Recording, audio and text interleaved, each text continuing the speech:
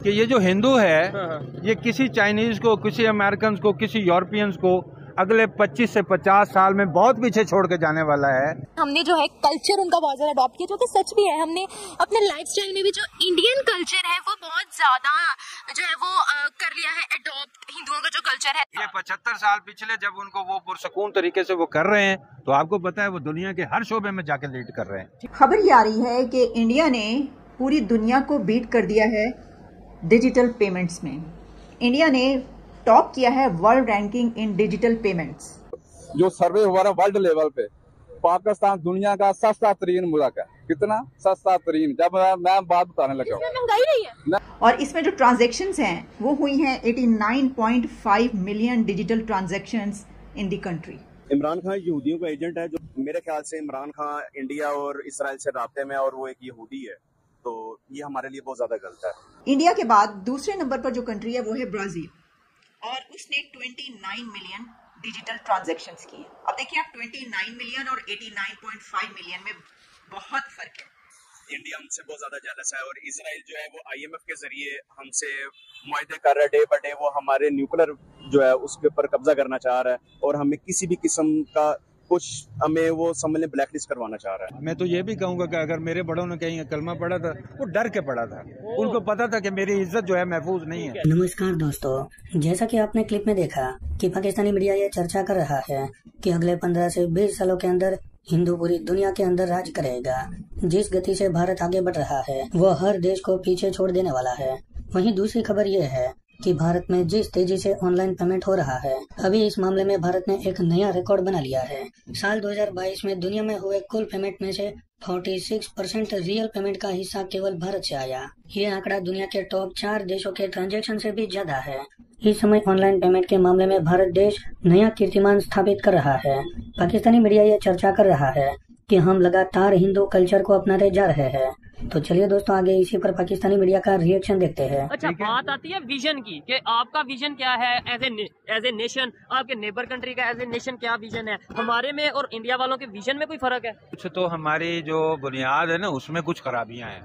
मतलब मैं समझा नहीं इस बात का। मतलब ये है कि जब आपने मजहब को करार दिया ना, आपकी रियासत की बेस ना, अब वो मजहब में जिंगुइज्म है। आप जितना मर्जी बोलो नहीं है, वो है, ठीक है।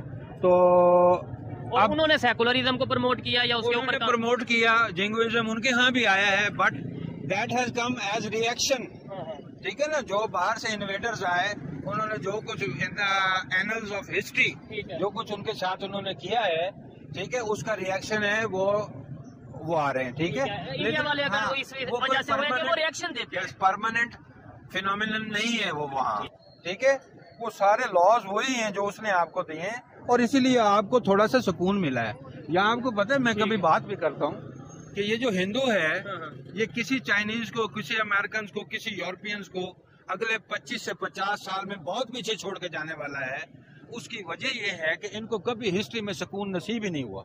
अच्छा, ये 75 साल पिछले जब उनको वो पुरसकून तरीके से वो कर रहे हैं, तो आपको पता है वो दुनिया के हर शोबे में जाके लीड कर रहे हैं। ठीक हो गया, ठीक है। और वो मजीद करने जा रहे हैं। आपने जो बात की है कि भाई उन्हें कभी सुकून नसीब नहीं हुआ, मतलब उसके ऊपर उनके ऊपर जंग मुसल्लत कर दी गई। कभी इन्वेडर्स आए ना, आप एज मुस्लिम, हाँ, वो कभी कोई आ रहा है, कभी कोई आ रहा है, ठीक है। वो यहाँ आके जो है वो उनकी खवातीन को वो कर रहा है, बेइज्जत कर रहा है। मैं तो ये भी कहूंगा कि अगर मेरे बड़ों ने कहीं कलमा पढ़ा था, वो डर के पढ़ा था। उनको पता था कि मेरी इज्जत जो है महफूज नहीं है, मेरी जायदाद जो है वो महफूज नहीं है, और वो जो हमारी वो भी है वो भी महफूज नहीं है, ठीक है, इज्जत महफूज नहीं है। चाहिए आपने बड़ी जो सी ना गहरी बात की है कि भाई अगर आपके बड़ों ने या हमारे बड़ों ने कलमा पढ़ा, डर के पढ़ा, इज्जत को बचाने के लिए पढ़ा, या जो भी है, लेकिन हमारे यहाँ पे तो हम हीरो कहते हैं जो गजनवी आए या जो भी आए, तो ये आपको जायजा लेना चाहिए। ठीक है, इसके क्या वाकई वो हीरो हैं, और क्या वाकई हम लोग आपस में इतने घटिया हैं कि कभी मिल के बैठ नहीं सकते, ठीक है। ये अच्छा, ठीक हो गया। लास्ट में 75 साल में जो अगर आपने बोला कि उन्हें 75 साल मिले पीस के, हालांकि 4 जंगें फिर भी उसमें हो गई, आपने पीस बोला, खैर, लेकिन ये है कि वो अपनी मर्जी, वो इतना बड़ा नेशन है ना सर, इतनी बड़ी वो पॉपुलेशन है, इतना बड़ा एरिया है, वो जंगें आपके लिए सर्वाइवल का वो बायस थी, उनके लिए वो कोई बड़ा वो not a big deal. Yes, ठीक है। अच्छा, आने वाले आपने बोला कि 20 साल 25-50 साल में वो बड़ी दुनिया को पीछे छोड़ जाएंगे, चाइना को छोड़ जाएंगे, गोरों को पीछे छोड़ जाएंगे। इसकी वजह क्या है? वो उनका टैलेंटेड है, उनका ह्यूमन पोटेंशियल तो हमारे में ह्यूमन पोटेंशियल नहीं है। और सिस्टम की अगर बात आप करें हैं, लेकिन आपके अंदर पोटेंशियली कुछ बड़ी खतरनाक बातें हैं। खबर ये आ रही है कि इंडिया ने पूरी दुनिया को बीट कर दिया है डिजिटल पेमेंट्स में। इंडिया ने टॉप किया है वर्ल्ड रैंकिंग इन डिजिटल पेमेंट्स, और इसमें जो ट्रांजैक्शंस हैं वो हुई हैं 89.5 million digital transactions in the country. 2022 के ये फैक्ट्स एंड फिगर्स सामने आ रहे हैं कि पूरे साल का जो डेटा सामने आया है उससे ये पता चला है कि पूरी दुनिया को बीट कर दिया है डिजिटल पेमेंट्स में। तो इस वक्त हम बात करें उस डिजिटल इंडिया की जिसने सबको पीछे छोड़ दिया है, जिसमें चाइना भी है और भी तमाम कंट्रीज हैं दुनिया के। तो जरा देख लेते हैं कि और कौन से कंट्रीज हैं और वो किस नंबर पर आ रहे हैं। पहले नंबर पर जैसे मैंने बताया कि इंडिया की जो डिजिटल ट्रांजैक्शंस कही जा रही हैं वो 89.5 मिलियन डिजिटल ट्रांजैक्शंस हैं। अब इसको आप मेरा ख्याल है कि 9-10 करोड़ के करीब ये बनती हैं, हो सकता है ये कुछ आगे पीछे हो, लेकिन इसमें जो डेटा मेरे सामने है वो 89.5 मिलियन है। इंडिया के बाद दूसरे नंबर पर जो कंट्री है वो है ब्राजील, और उसने 29 मिलियन डिजिटल ट्रांजैक्शंस की हैं। अब देखिए आप 29 मिलियन और 89.5 मिलियन में बहुत फर्क है, यानी जो सेकंड नंबर पर आने वाला कंट्री है वो भी इतना पीछे है। फिर उसके बाद आता है थर्ड नंबर पर चाइना, और चाइना की डिजिटल ट्रांजैक्शंस बन रही हैं 17.6 मिलियन डिजिटल ट्रांजैक्शंस। चाइना के बाद आ रहा है थाईलैंड, और उसकी है 16.5 मिलियन, और थाईलैंड के बाद है साउथ कोरिया जिसकी 8 मिलियन डिजिटल ट्रांजैक्शंस हैं। तो अगर आप पूरी दुनिया का 4 कंट्रीज की डिजिटल ट्रांजैक्शंस को कंबाइन कर लें तो आपको पता चलता है कि वो एक कंट्री की बनती है जिसने सबको बीट कर दिया है। सरपास इंडिया ने कर चुका है इसमें टॉप वर्ल्ड रैंकिंग इन डिजिटल पेमेंट्स। तो 4 मुल्कों की टोटल मिलाकर एक मुल्क की बन रही है। अब ये क्यों इतना इंपॉर्टेंट है? देखिए ये तो आप पता ही आपको, और हम इसके ऊपर बात भी करते रहे हैं कि जो कैशलेस इकोनॉमी है दुनिया उसी की तरफ बढ़ रही है बहुत तेजी से। तो इसमें कई कंट्रीज हमें बहुत टॉप ऑफ द लिस्ट नजर आती हैं। अच्छा, डिजिटल पेमेंट्स का के बेनिफिट्स क्या हैं? बहुत सारे बेनिफिट्स हैं, लेकिन इसमें एक बड़ा बेनिफिट ये होता है कि जो आपके टैक्स से लोग बच जाते हैं ना, तो जब आपका कंट्री पूरे तरीके से डिजिटलाइज हो जाए और आपकी पेमेंट्स डिजिटल करेंसी में हो रही हो, तो उससे ये होता है कि आप पकड़े जाते हैं अगर आप टैक्स नहीं दे रहे होते, यानी आप उसमें आ जाते हैं, रडार पे आ जाते हैं। तो इस तरीके से आपका टैक्स सिस्टम भी बेहतर होता जाता है। तो मेरा ख्याल है कि हमारे मुल्क के लिए तो फिर ये बहुत ही जरूरी है, ऐसे कंट्रीज के लिए जहां पर लोग टैक्स बचाते हैं, नहीं देते।